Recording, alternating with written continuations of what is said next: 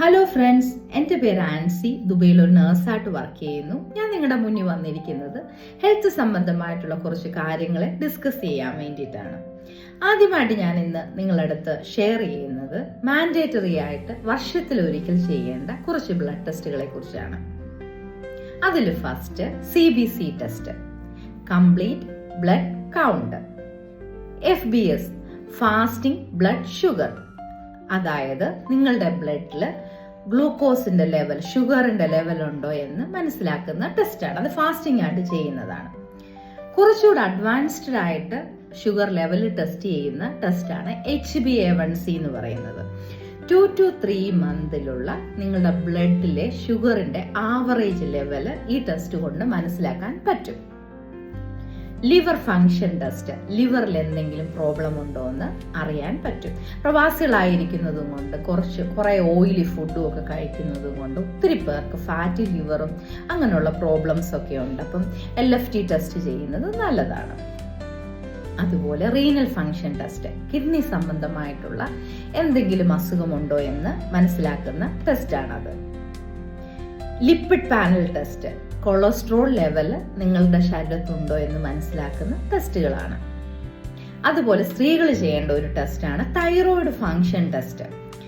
TSH, T3, T4. Thyroid ഉണ്ടെങ്കിൽ തീർച്ചയായിട്ടും regularly അതിന്റെ മരുന്ന് കഴിക്കേണ്ട ആവശ്യകതയുണ്ട്. അതുപോലെയുള്ള ടെസ്റ്റാണ് നമ്മൾ സൺലൈറ്റുമായിട്ടുള്ള എക്സ്പോഷർ ഒക്കെ നമുക്ക് കുറവാണ്. അതുകൊണ്ട് വിറ്റാമിൻ D ടെസ്റ്റ് വർഷത്തിൽ ഒരിക്കലും നിങ്ങൾ ചെയ്യണം. വിറ്റാമിൻ D ഇൻസഫിഷ്യൻസി ഉണ്ടെങ്കിൽ നിങ്ങൾ തീർച്ചയായിട്ടും വിറ്റാമിൻ്റെ മരുന്ന് സപ്ലിമെന്റ് കഴിക്കണം. വിറ്റാമിൻ D സപ്ലിമെന്റ് കഴിക്കണം. കൂടെ കാൽസ്യം കൂടെ ചേർത്ത് കഴിക്കുന്നതാണ് നല്ലത്. വിറ്റാമിൻ B12 ടെസ്റ്റ് നല്ലതാണ് ചെയ്യുന്നത്. കാൽസ്യം, മഗ്നീഷ്യം, യൂറിൻ റൊട്ടീൻ ചെയ്യുന്നത് നല്ലതാണ്.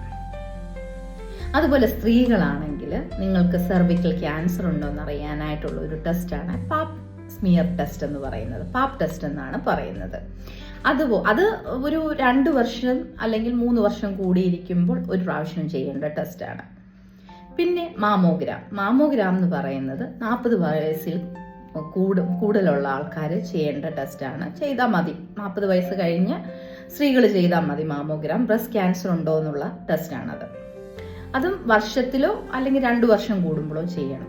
അപ്പം നിങ്ങൾ ഓർക്കും ഞങ്ങൾക്ക് ഇതിനൊക്കെ ഒത്തിരി പൈസയാകുമല്ലോ. പ്രവാസികളായിട്ട് ജീവിക്കുമ്പോൾ നിങ്ങൾ അല്പം സമ്പാദിക്കുന്നുണ്ടല്ലോ, വർഷത്തിലൊരിക്കൽ നിങ്ങളുടെ ആരോഗ്യത്തിന് വേണ്ടിയിട്ട് നിങ്ങൾ ടെസ്റ്റ് ചെയ്യണം. അല്പം പൈസ മുടക്കിയേ പറ്റൂ.